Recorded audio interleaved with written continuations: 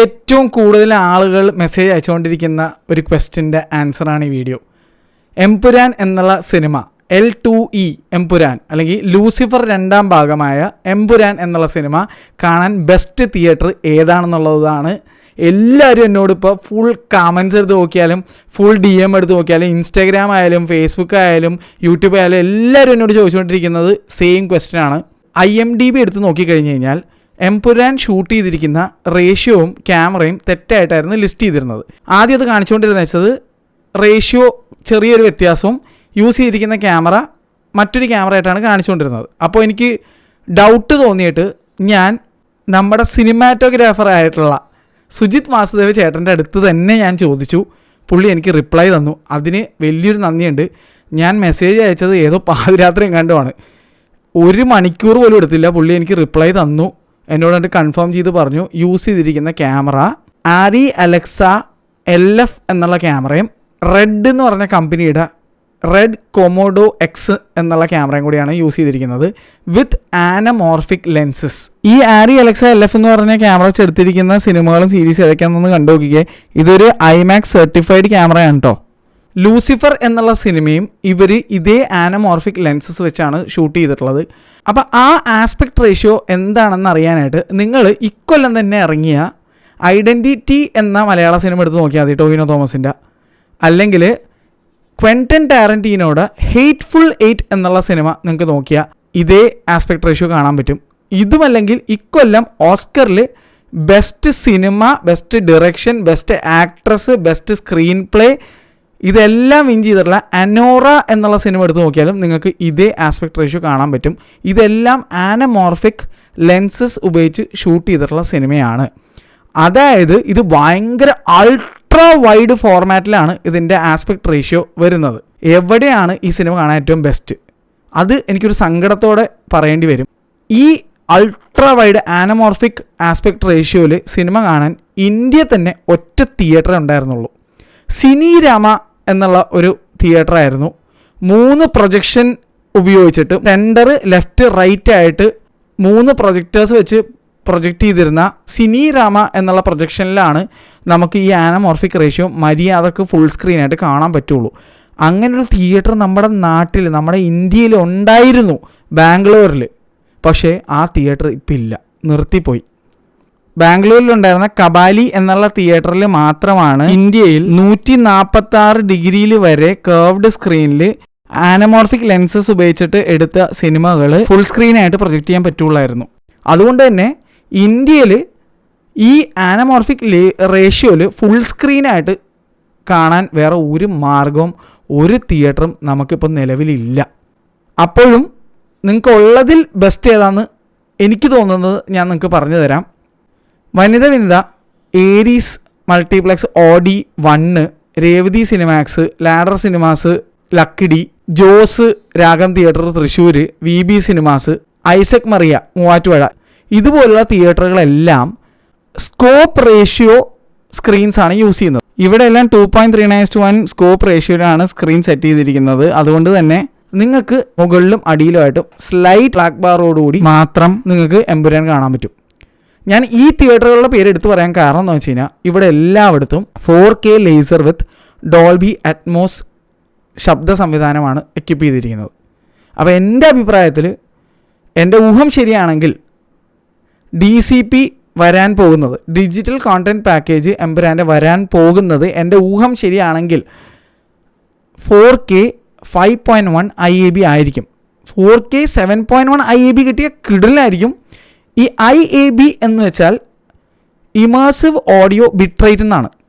പണ്ട് കാലങ്ങളിൽ നമുക്ക് DCP കിട്ടിയിരുന്നത് വ്യത്യസ്തമായ രീതികളിലായിരുന്നു. അതായത് ഇപ്പോൾ ഒരു അറ്റ്മോസിൻ്റെ DCP ആണെങ്കിൽ 7.1 അറ്റ്മോസ് അല്ലെങ്കിൽ 5.1 അറ്റ്മോസ് അങ്ങനെയാണ് വന്നുകൊണ്ടിരുന്നത്. ഓറോയുടെ DCP ആണെങ്കിൽ ഓറോയുടെ തന്നെ DCP വരും. ഓറോ 11.1 DCP ആണെങ്കിൽ അതും അല്ലെങ്കിൽ DTS-X സംവിധാനമാണ്. DTS-X സംവിധാനത്തിൻ്റെ DCP വരും.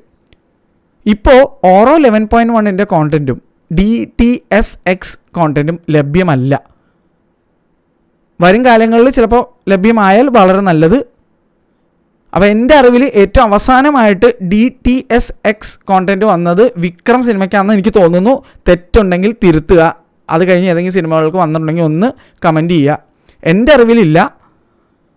അപ്പോൾ ഇപ്പോൾ വരുന്നത് IAB എന്നുള്ള കണ്ടൻറ്റിലാണ്. ഈ പറഞ്ഞ ഞാൻ നേരത്തെ പറഞ്ഞിട്ടുള്ള അറ്റ്മോസ് ആയിക്കോട്ടെ, അല്ലെങ്കിൽ DTSX ആയിക്കോട്ടെ, അതും അല്ലെങ്കിൽ ഓറോ 11.1 ആയിക്കോട്ടെ, ഇത് എല്ലാം ഇമേഴ്സീവ് ഓഡിയോ ബിട്രേറ്റ് അല്ലെങ്കിൽ ആപ്പിളിൻ്റെ സ്പേഷ്യൽ ഓഡിയോ ടെക്നോളജി നിങ്ങൾ കേട്ടിട്ടില്ലേ, അതുപോലത്തെ ഒരു സാധനമാണ്.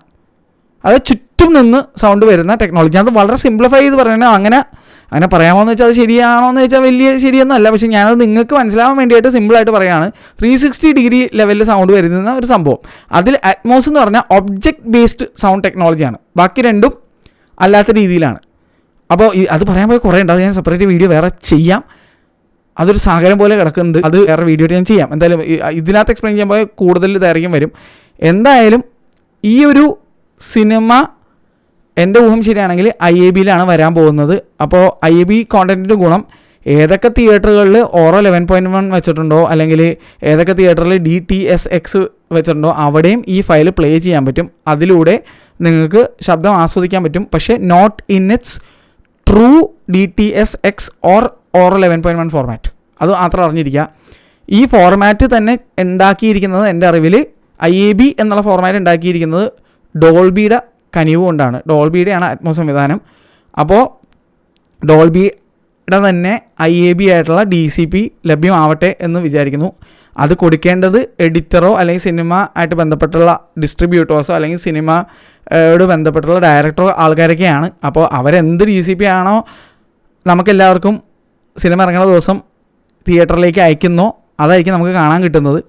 അപ്പോൾ ടോപ്പ് മോസ്റ്റ് DCP കിട്ടിയ എല്ലാ ഞാൻ നേരത്തെ പറഞ്ഞിട്ടുള്ള 4K എക്യുപ്ഡ് ആയിട്ടുള്ള പ്രൊജക്ഷൻ ഉണ്ടെങ്കിൽ, അല്ലെങ്കിൽ അതാത് IAB പ്ലേ ചെയ്യാൻ പറ്റുന്ന രീതിയിലുള്ള ശബ്ദ സംവിധാനങ്ങൾ തിയേറ്ററിലുണ്ടെങ്കിൽ അവിടെ നമുക്ക് ഇതൊക്കെ പ്ലേ ചെയ്യാൻ പറ്റും. എന്തായാലും അത് തന്നെ കിട്ടട്ടെ എന്ന് വിചാരിക്കുന്നു.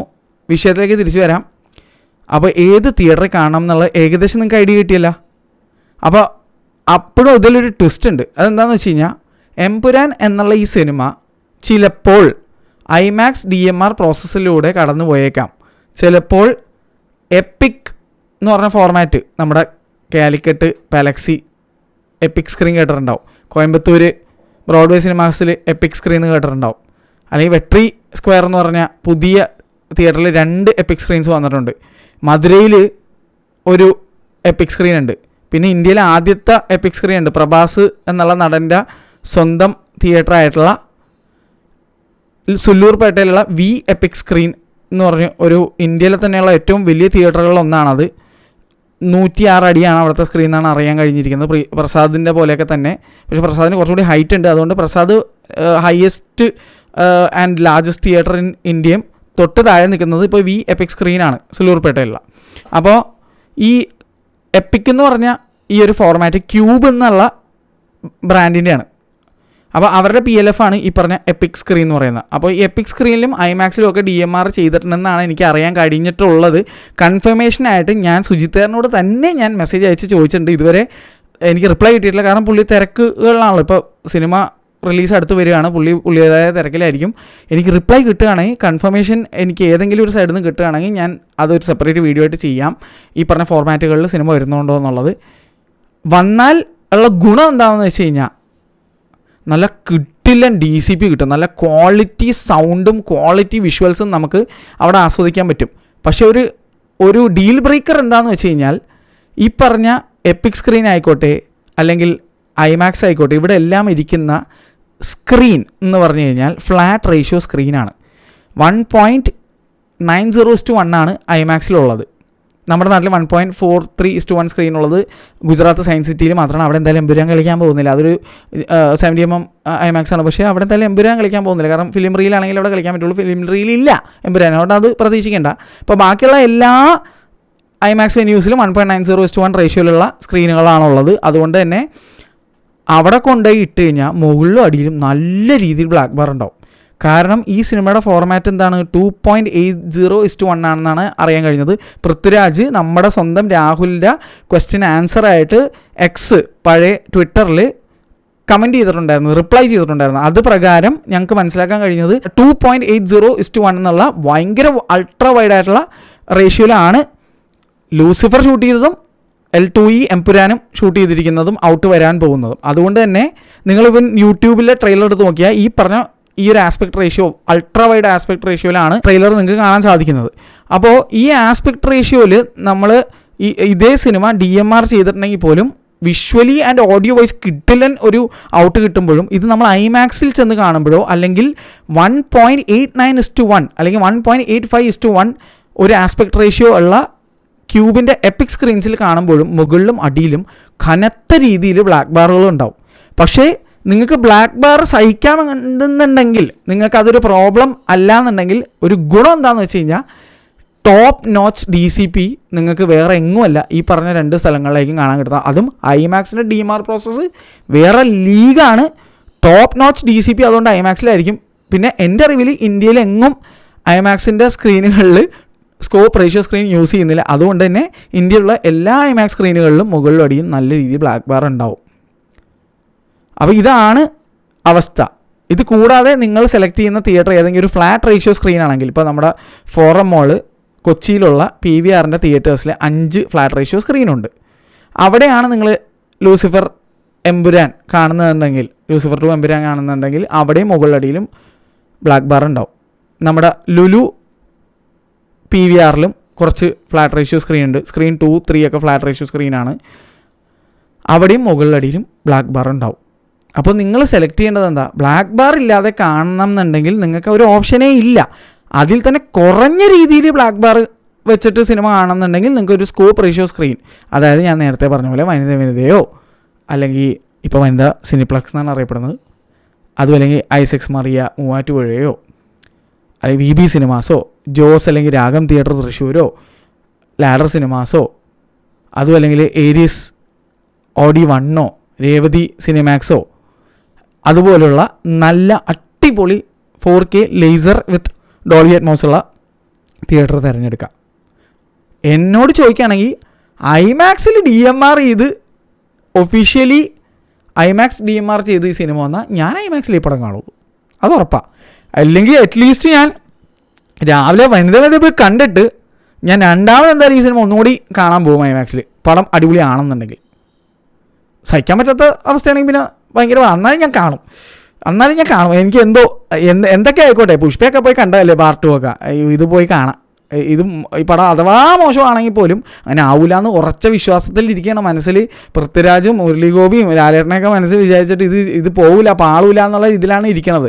അപ്പോൾ എനിക്ക് ഏറ്റവും പ്രതീക്ഷയുള്ള 2-3 സിനിമകളിലൊന്നാണിത്. പിന്നെയുള്ളത് ഭയങ്കര പ്രതീക്ഷയോടെ ഞാൻ കാണാൻ കാത്തിരിക്കുന്നത് ബസൂക്കയാണ്, അതുപോലെ തുടരുമാണ്. അപ്പോൾ ഇതൊക്കെ ഭയങ്കര പ്രതീക്ഷയോടെ. പിന്നെ ആലപ്പുഴ ജിംഖാന, കുറച്ച് പടങ്ങളുണ്ട്. ഇത് എൻ്റെ മനസ്സിൽ ഭയങ്കര പ്രതീക്ഷയാണ്. ഇതിലുള്ള ഡയറക്ടേഴ്സും അല്ലെങ്കിൽ ടെക്നീഷ്യൻസിനോടുള്ള ഒരു പ്രതീക്ഷയാണ്. അപ്പോൾ ലൂസിഫർ അത്രയും അടിപൊളിയായിട്ട് ഞാൻ തകർത്ത് ആസ്വദിച്ച് കണ്ട സിനിമയാണ്. അതുകൊണ്ട് തന്നെ എമ്പുരാൻ ആ ലെവലിൽ തന്നെ വരും എന്നൊക്കെ വിചാരിക്കുന്നു. ചതിക്കൂലെന്ന് വിചാരിക്കുന്നു. ചെറിയ പടം എന്നൊക്കെ പൃഥ്വിരാജ് പറയുമെങ്കിലും വൻപിച്ച പടമാവണേ എന്നുള്ള മനസ്സിൽ ആഗ്രഹമുണ്ട്. അപ്പോൾ എന്തായാലും ഇതാണ് എൻ്റെ ഒരു അഭിപ്രായം, എവിടെ പോയി കാണണമെന്നുള്ള രീതിയിലുള്ള. കാരണം നിങ്ങളുടെ ഇഷ്ടമാണ് നിങ്ങൾ ഏത് തിയേറ്ററിൽ പോയി കാണുന്നത്. എനിക്ക് എൻ്റേതായിട്ടുള്ള പരിമിതികളിലുള്ള അറിവുകൾ വെച്ചിട്ടുള്ള കാര്യങ്ങൾ എനിക്ക് പറഞ്ഞു തരാം എന്നുള്ളതേ ഉള്ളൂ. എന്തായാലും എന്നോട് ചോദിക്കുകയാണെങ്കിൽ എനിക്ക് പറയാനുള്ളത് ഏതെങ്കിലും ഒരു 4K laser with Dolby Atmos സംവിധാനമുള്ള ഒരു തിയേറ്റർ പോയി സിനിമ കാണാൻ നോക്കുക. നിങ്ങൾ ഇന്ത്യയിൽ എവിടെ കണ്ടാലും, ഇപ്പോഴത്തെ അവസ്ഥയിൽ എവിടെ കണ്ടാലും മുകളിലടിയും ബ്ലാക്ക് ബാർ ഉണ്ടാവും. അപ്പോൾ കുറഞ്ഞ ബ്ലാക്ക് ബാർ ഉള്ള തിയേറ്റർ നോക്കി സെലക്ട് ചെയ്യാമെന്നേ എനിക്ക് പറയാനുള്ളൂ. അപ്പോൾ ശരി, എല്ലാവർക്കും നല്ലൊരു ദിവസം നേരുന്നു. Bye bye.